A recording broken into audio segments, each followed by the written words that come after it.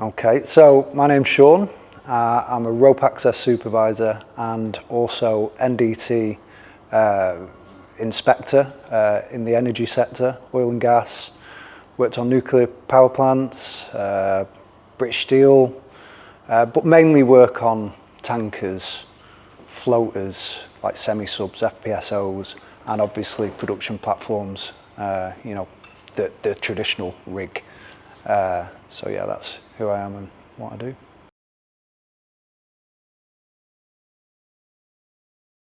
Normally 2 weeks, but in the UK it can be up to 3. Wow. But that's it. That you can't go over 3. You have to be, you have to come back to shore for at least a third of that time away. Right. Otherwise, you can't fly on the helicopters. So they're the rules in the UK, in the UK continental shelf. Abroad, different matter. But here, 2-3 weeks, sometimes 10-day trips, which are nice little quick trips. Yeah, because I've heard that some people that can be away for like up to 6 months. That's abroad. Is that abroad? Yeah. We doesn't a lot changed after Piper Alpha, safety wise, and this is why we lead in that type of thing. You know. Right. As a nation and as workers, really, everyone wants to work with us because of those values that we have.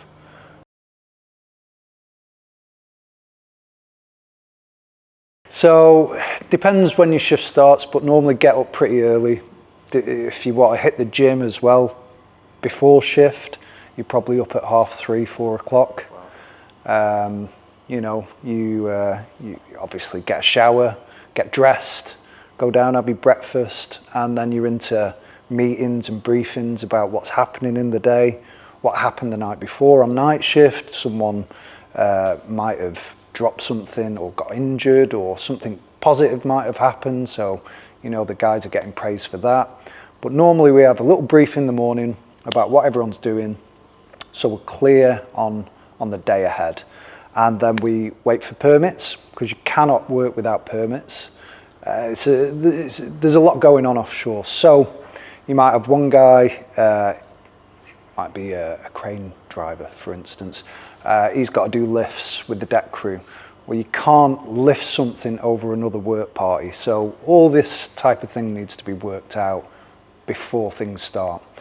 You get your permit, you get it signed off by the correct people, and then you can start thinking about your job. And that's normally around about 7-8 o'clock in the morning. Luckily, we have a break at about 9:30, so that normally breaks up the morning nicely, and then into the rest of the morning, and then we'll get on with our job. It could be inspecting pipelines, vessels, welds. It depends what the client wants and what technique we use, and then we go out and do it. And I do everything on ropes, so we'd do the stuff right at the top or the stuff underneath. Just depends where. It's all at height mainly. And yeah, we stick a probe on, or whatever technique we're doing, and we bring back the results to the engineers, and then it goes to the adults to deal with. We just find the problems, and then the adults deal with what's going to happen from here.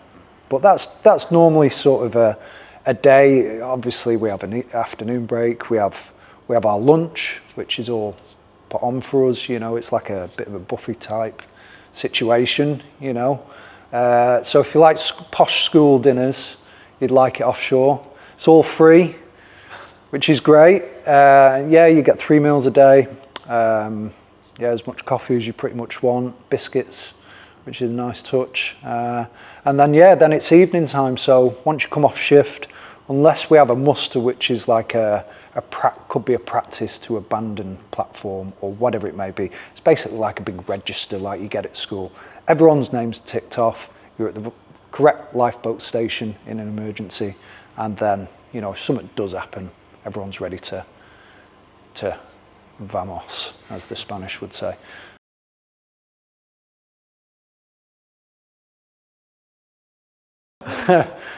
It depends on different assets, depends how old the asset is. I've been on the FPF1, which is a semi-sub. It's fairly new, and it has heated bathroom floors, which is a nice touch. And then I've been on some where it's 4 men to 2 different rooms, but you share a bathroom, which is difficult in the morning when everyone wants a shower. So you got to work out with your buddy, like, what time do you want a shower and how long do you need, and you got to sort of work between people. But look, it's not luxury, but it is what it is, you know.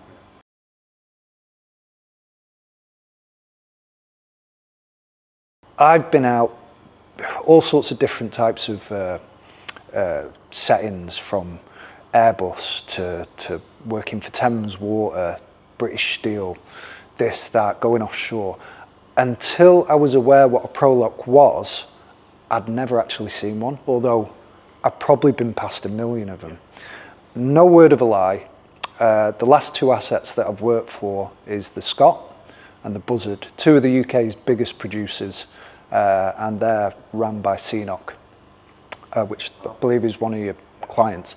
They're everywhere, and no exaggeration, they are literally everywhere. And it's quite funny once you realise that they're there. You see them everywhere. It's really quite incredible.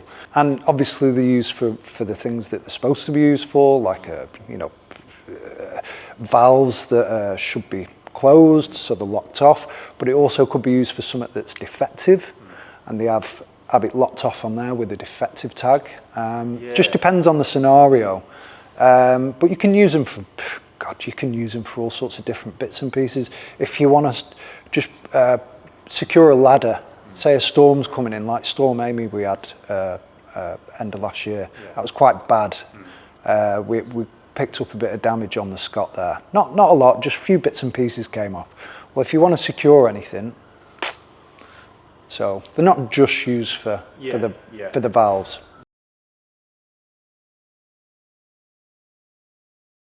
Things like just shoring something up, like just over here there's a valve, just over here in the warehouse. It's just tucked away just to keep something secure. It's not lifting it, so it's not that situation. It's just so it's not going to be moving about in the wind, or if someone knocks into it with a trolley or pulling or pushing something, or trip over it or whatever. Because as you probably know, slips, trips and falls are a major issue, especially offshore, because then you need choppering out, which is an expensive do. So yeah, I have seen them in other applications. From tying some ladders away, just keeping them neat, keeping them to the side, that type of thing.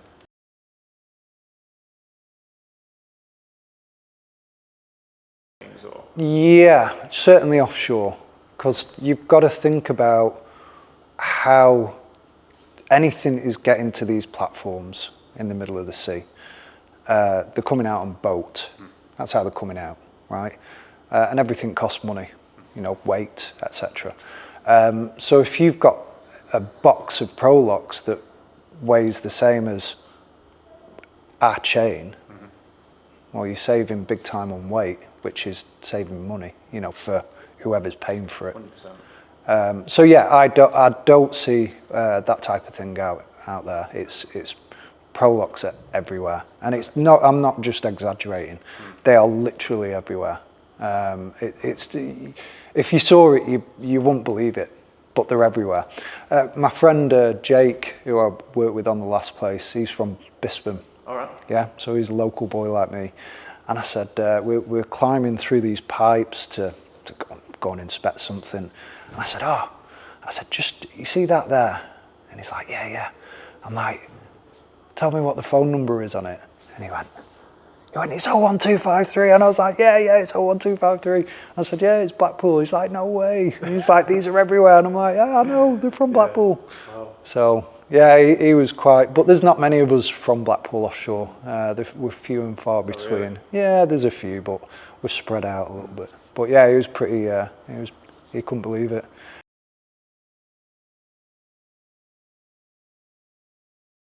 Worst storm, so it was probably about 3 years ago now. It was over Christmas, or coming up to Christmas it was.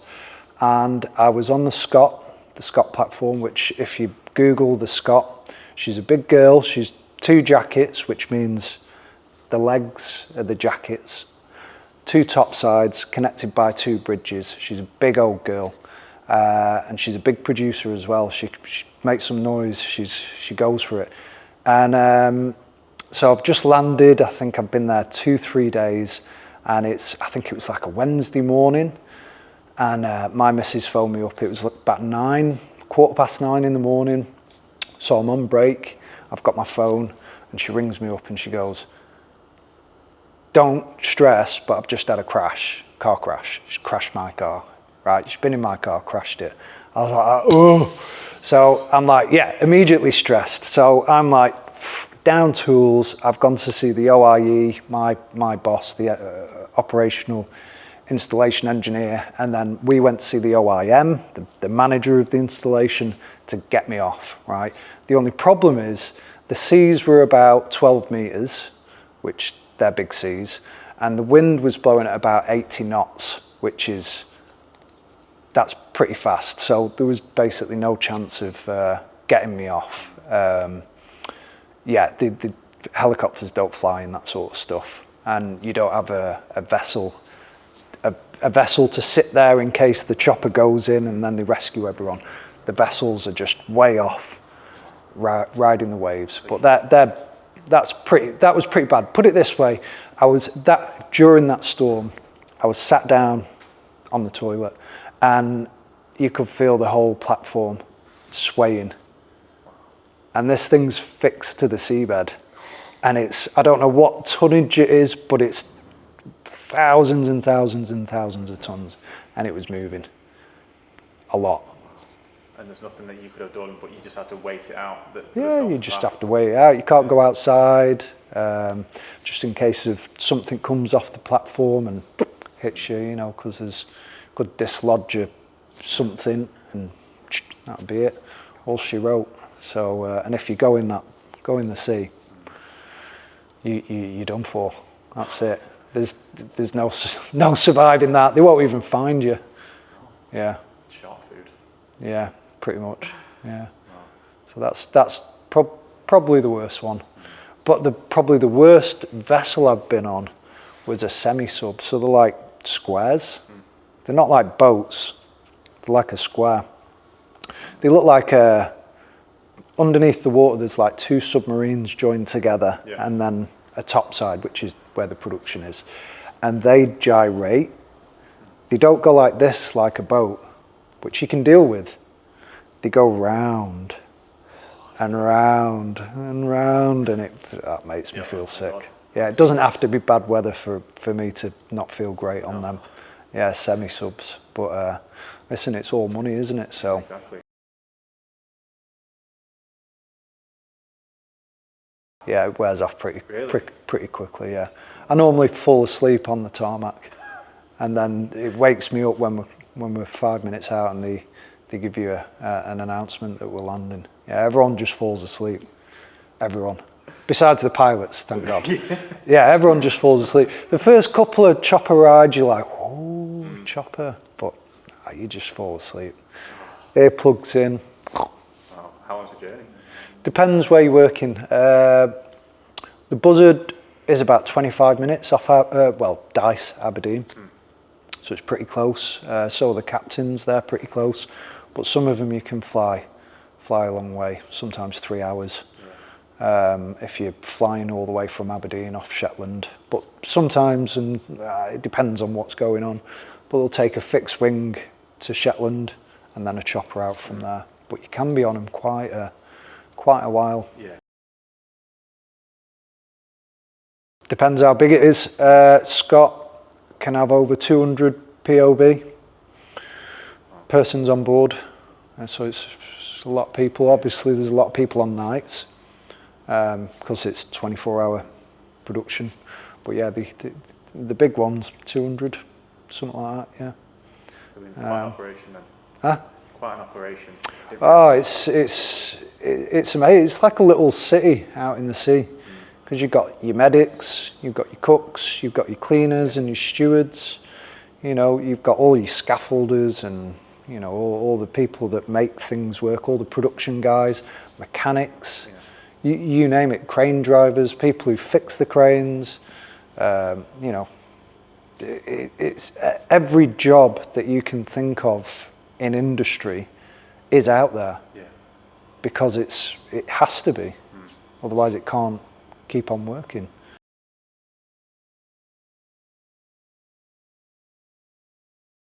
Well, you can, however, you can't go on the park with them, which is the plant. So you can take your phone, and recently they allowed you to take a, you know, little Apple, what are they called? AirPods.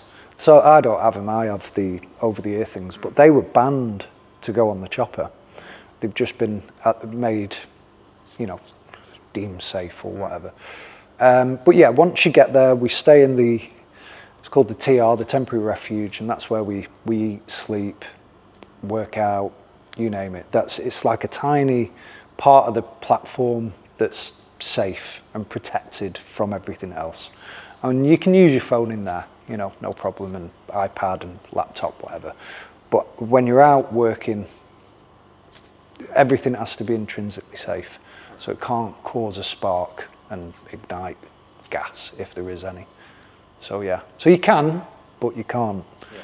You can't just willy-nilly take them around, so that would be a bad idea. And you'd probably get sent home as well if the OIM caught you. It'd just put you on the next chopper and that'd be it. See you later. Yeah. No messing.